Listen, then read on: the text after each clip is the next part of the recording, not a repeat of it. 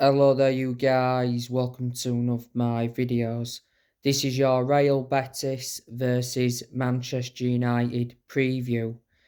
It's this Thursday night, it's the Europa League round of 16 second leg.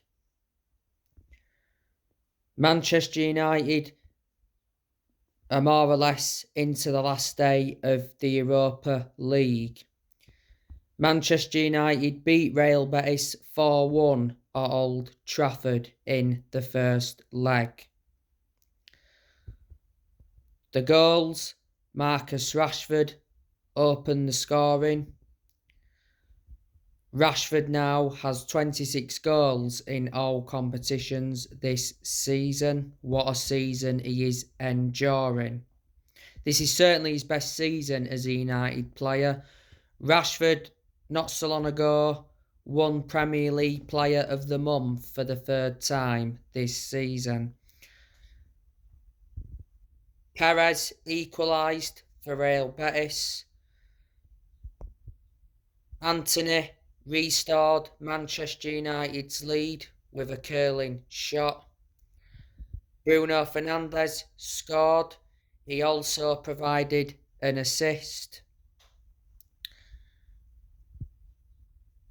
After the game, Erik ten Hag praised Bruno Fernandes' personality after his superb performance against Real Betis, and he mentioned that Bruno Fernandes was the best player. Fernandes silenced his critics because he received a lot of criticism in the 7-0 humiliation by Liverpool. It was a disgrace what Bruno Fernandes did against Liverpool. He nudged the assistant referee. The FA decided to take no action. Fernandes could have been sent off against Liverpool.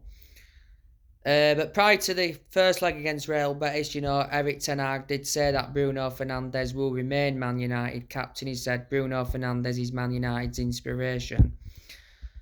And Weghorst scored in the first leg. It was his first Old Trafford goal. It was his second goal in total. Weghorst could have had an hat-trick in the first leg because he had his chances. He had a goal ruled out for offside. So there were the goals. Luke Shaw got an assist in the first leg, and so too did Scott McTominay. Manchester United are coming into this game against Real Betis on the back of a 0-0 draw with Southampton at Old Trafford. Disappointing result. Manchester United dropped 2 points. Man United are now winless in their last 2 league games.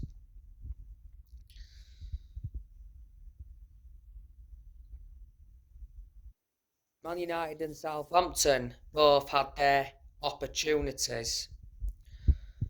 The biggest talking point of the game was Casemiro's red card. After the game, Erik ten Hag hit out at inconsistent referees after Casemiro saw red. And he mentioned that Man United should have definitely had a penalty. But Casemiro shouldn't have been sent off. It was a harsh decision. It's Casemiro's second red card this season, so now he's got a 4-game ban. Revert back to February, Casemiro served a 3-match ban. I'm not too sure if this ban includes the league, or is it the league and in all competitions? As you all know, Manchester United have got Garnacho out for several weeks. Ten Hag's confirmed that, Garnacho left Old Trafford on crutches against Southampton. Martial, he returned to training not so long ago. He's been hampered with injuries this season. Christian Eriksen, he's still out with an ankle injury. Lindelof has got a fever, and Van der Beek, he's out for the rest of the season with an injury. He won't play anyway because he's a squad player.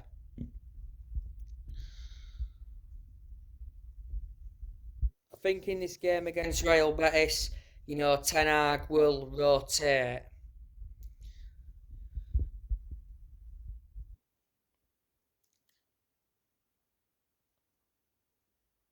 Real Betis drew their last game with Villarreal 1-1.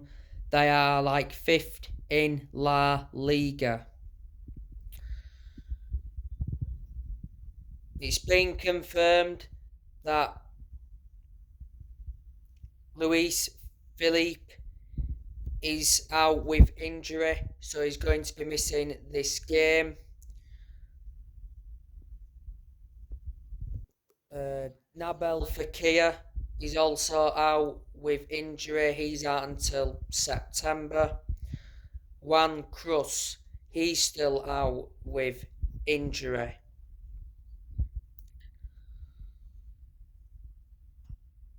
The Real Betis manager is Manuel Pellegrini. He's been the Real Betis manager for over 2 years. He got appointed in as the Real Betis manager in August 2020. He's under contract to Real Betis until 2025. Manuel Pellegrini has managed quite a lot of clubs in his managerial career. He's managed in the Premier League before. Don't forget, Manuel Pellegrini managed Man City, won the title with them. He managed West Ham. They're the clubs he's managed in the Premier League before. He's managed the likes of Villarreal, Malaga, Real Madrid, River Plate, and he's managed other clubs as well. But I am expecting Manchester United to win away from home against Real Betis. Real Betis are not a good team, but they're not a bad team either. Man United did lose a friendly to Real Betis last year, 1-0. I think Man United have got a good chance of winning the Europa League. The last time Man United won the Europa League was under Jose Mourinho back in 2017. Don't get me wrong, there's still some good teams in the Europa League. Man United do play Fulham soon in the FA Cup quarter final.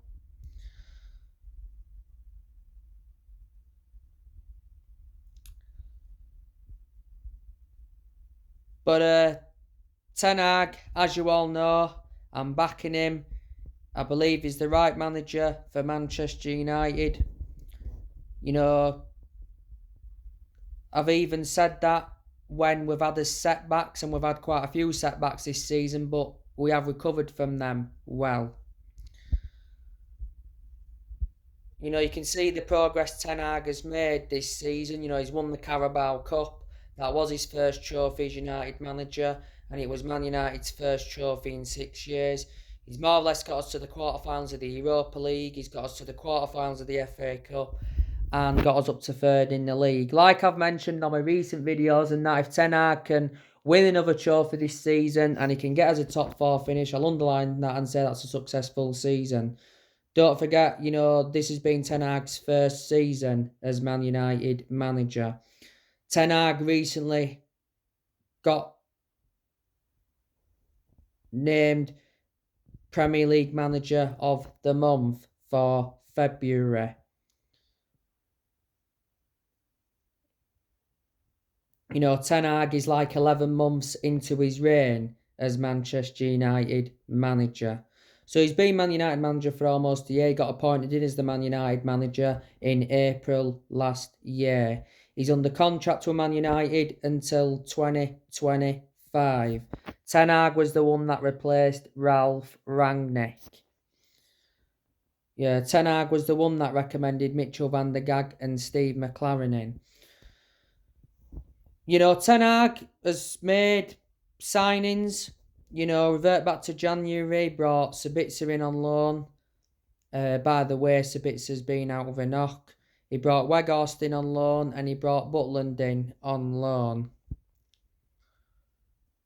He didn't make a permanent signing in January, unfortunately. Revert back to last summer, though. Ten Hag brought the likes of Malaysia in, Lisandro Martinez, Christine Eriksen, Casemiro, Antony and Dubravka. Ten Hag has spent over 200 million as Manchester United manager. He's let a lot of players go as well. He's enjoyed 2 transfer windows at the club so far. The summer transfer window will be his 3rd transfer window as United manager. You know, Ten Hag is looking to make more signings in the summer. He's looking to be an essential striker and a central midfielder. Now, on my last video, I gave you the news on Harry Kane. Man United determined to avoid Harry Kane nightmare scenario. It said Man United could end their pursuit for Harry Kane as Man United are fearing entering negotiations with Daniel Levy. Like I've said, Daniel Levy is very ruthless when it comes to transfers. You know, Tottenham are determined to keep Harry Kane and have begun talks over a new contract. He said not so long ago that Man United are determined to sign Harry Kane this summer as Erik ten Hag made him his #1 striker target.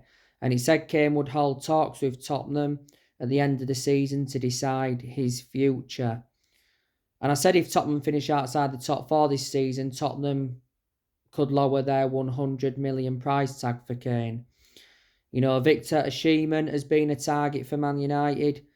Not so long ago, he said he dreams of playing in the Premier League. Chelsea are in for Osimhen.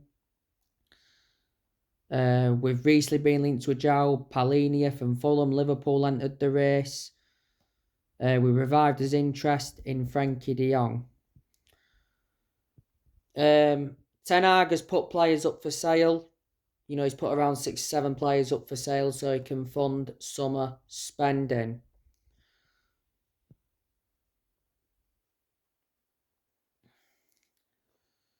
Now, of course, you know the news regarding Sir Jim Ratcliffe. It said Sir Jim Ratcliffe is confident